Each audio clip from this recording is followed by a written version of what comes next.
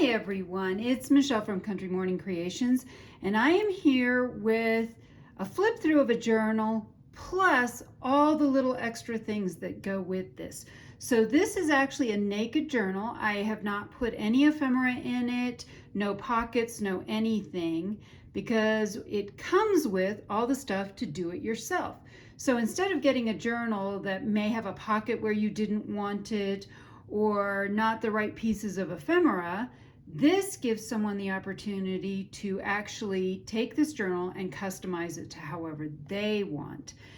I have used almost exclusively Grandma's Attic from My Porch Prints. This is a hardcover book. It is, I use, I want to call it melamine, not melamine, masonite. So it is a wood product. So if this were to actually get really wet, it would warp, but it shouldn't warp under normal circumstances. I've also printed this out and then sealed it with an acrylic sealer.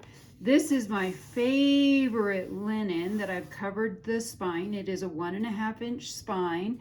And then I have the back, and I've put some Tim Holtz corners, a Tim Holtz book plate where I said diary. And this is Grandma's diary. You will also see on the side that I have lace coming out, and I have 5 different charms. I have this one, a key, a crown, a little heart, and one that says life, which I thought was appropriate for a diary. This is sari silk, and at the top you see sari silk coming out. These are simply altered paper clips that I have tied some sari silk to, but I always love having stuff coming out of the top. And I just thought that was fun, and I thought it was so beautiful how that picks up the colors of the whole thing. This has about 120 pages, and there's 5 signatures, and each one, what I've used in this one and most of this kit, is my 28-pound coffee dyed paper, and it's all been acid neutralized. And then this is, I forget what this kind of paper is, but it's got real pieces of stuff in it. I've done a ton of stenciling throughout this, and you'll see this is plain, so this could be moved, this could have things added to it, however you want to do it. So this is a very naked journal. I've done a lot of stenciling using the Pink Flamingo by Tim Holtz. I love that. This is avocado dyed paper. I have some genuine French antique papers. Anything that's in here is either from the early 1900s or late 1800s. I've added some ruffles that are made from avocado dyed fabric that I have. This also, all of my signatures are tied in with embroidery floss, which is very sturdy and will hold the whole thing together. So again, more stenciling. This one has the life on it, and this again is 1921.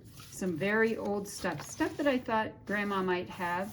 This is from a floral book that I have. So you'll see a lot of repeating themes throughout here.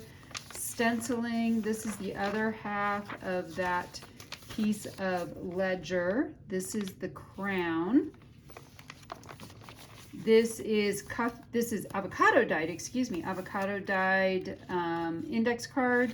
Some genuine French music, probably from the 1800s. I get a lot of my French stuff from Monahan's Papers, and I will link her in the comments section.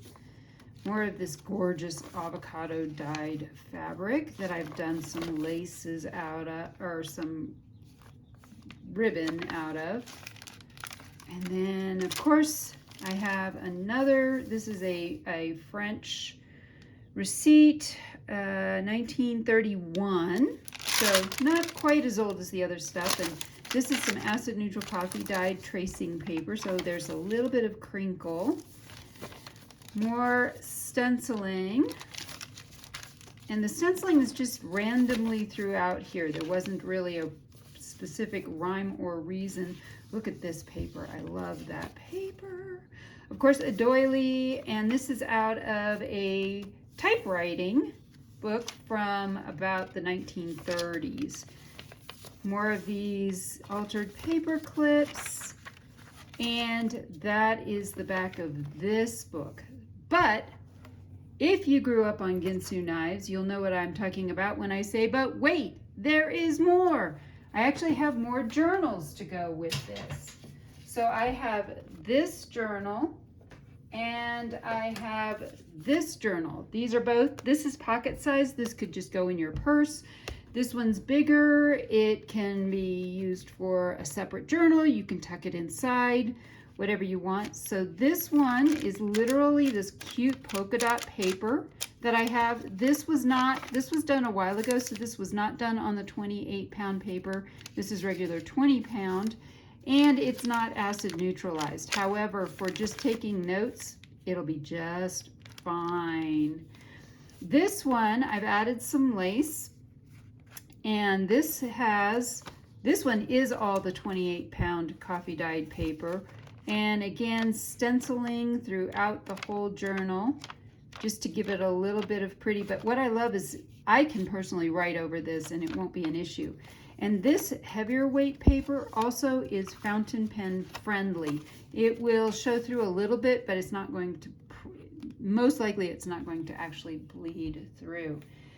The next thing is actually a combination journal and folio. I will link below the the videos that I made on how I made this folio. I used a cocoa and Reno dye. This has been decorated with a prima flower and some really old vintage lace.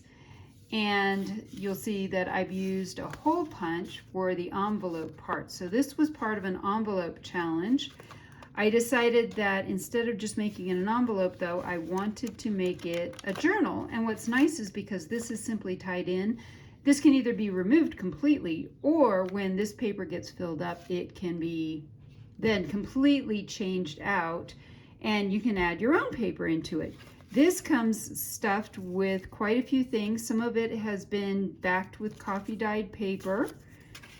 And up here is another pocket with some stitched pieces, and that's got the polka dot paper back to it. Another tag. Again, this is all from Grandma's attic. On this side, I have just some littler pieces. That one was backed. This is another one that was backed. And then I have two more. Let me see if I can get that back in there. There we go. Then I have two more pieces in here, and this one has also been backed with coffee dyed paper. These are kind of cool because they have stuff on both sides, so there's not a wrong way to put it in here. And that is that combination folio journal. Then, last but not least, I actually have two folios. This one is a smaller folio, and this is just a folio that has all kinds of little bits and pieces in it. This is a little envelope, some tags, just some other pieces, and that's behind this belly band. And then this is all stuff that I've made from the kit, mostly. So this comes from the kit. This is a keyhole. I'm not sure which way is up. I think it's that way. Yep, it's that way. All right, and these are tickets that I made from my scraps. This is another little tag that simply can be filled in. And then on this row, I have another tag. And in the back, I have two more pieces. This one is coffee dyed and stitched, and this one is plain on the back. And I've left this side open a little bit, so there's a little bit more room. And this is simply closed again with one of these Tim Holtz clips. And then last but not least is this big folio. And this folio is very full. I will also put in the comments section, not the comments, the description box below, all of the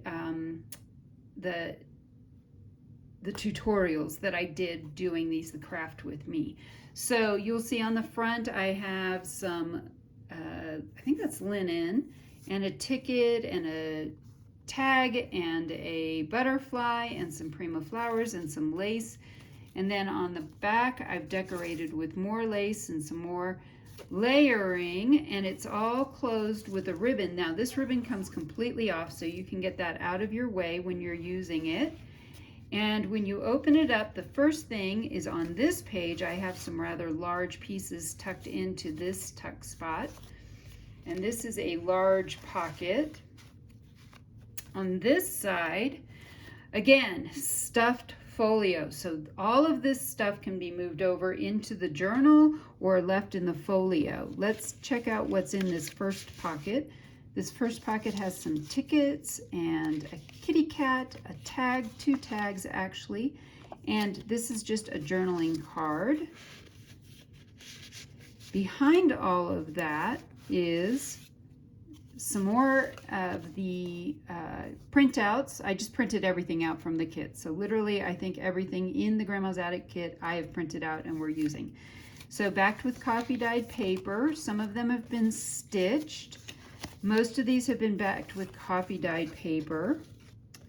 And so, oh, that came out of that. I will fix that later. On this pocket, again, a journaling card and a tag and some tickets and another piece that is, this one's been stitched and backed with coffee dyed paper. And I have gone ahead and decorated the pockets, so I have a little heart here and some lace and a little tag here and some different lace. Then in this large pocket, we have more, again, backed with coffee dyed paper and stitched. You can see, I think these are all just gorgeous. And that one actually is blank, and then this one also has been coffee dyed paper. Some of these I left blank because I thought that looks like a great layering piece or a good pocket. But these will work as pockets just fine as well. So that's why it doesn't have any pockets in that journal. Then, if that wasn't enough, there is still more on this side. So on this side, what I have included is more of the cards. I just couldn't fit them in these pockets. They were so stuffed. So we have more journaling cards, or for example, this would make a great pocket. Any of these sizes would make great pockets. This one's actually blank on the back. That would make a great pocket, or it'd be good for layering and collaging as well. And then again in here we have lots of little accent pieces that can be used. There's a butterfly. You can layer that up or use those pieces separately. This, you could put a piece of paper behind it, maybe attach it to a tag. Here is another one of those keyhole pieces. These are actually the Rose stamp collection, and these are stickers. So these are also included in here. I have some Tim Holtz die cut. I have just one of these left. This is a Tim Holtz die cut that I've inked up. I have some hearts. Again, I just grabbed a bunch of I had a bunch of scraps, and I just grabbed a bunch of my Tim Holtz die cuts and used those. I made tickets, so I have the stamp part as well. So I made tickets, more little pieces like this. I don't have fingernails, so it's kind of a struggle to pick this up, but just to show you the last few things, that's a reinforcer, another heart, more stamps. This is another piece that you could fold over and make it a tag. And then this was another piece that I thought was great, and I tore this and inked it up, but this would make a great piece for your to add to any page, or to do some collaging with, or just to tuck in as a journaling spot. It's completely blank on the back. There was one more tag, so these can be, you can hook them on a bulb pin or a safety pin of some kind and add those in as well. So as far as I know, I think that is everything. That is this whole kit. So it comes with, just to review, you get, I'm gonna just stack these all up. You get the diary journal with 120 pages. You get this very stuffed folio. There is also another journal, another envelope folio journal, and another journal and another folio. All of this is included in this kit. Unless marked sold, you will find this entire kit over on my Etsy shop, which I will also link below in the description box.